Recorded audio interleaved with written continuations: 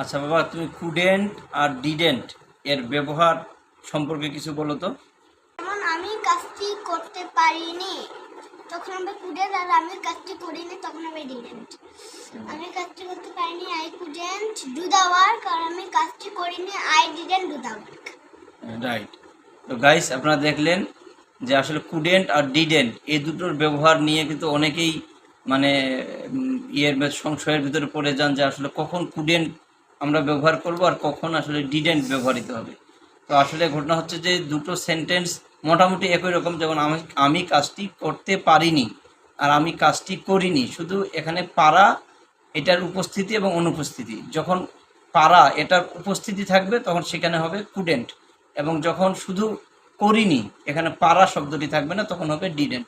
যেমন আমি কাজটি করতে পারিনি, I couldn't do the work. আমি কাজটি করিনি, I didn't do the work.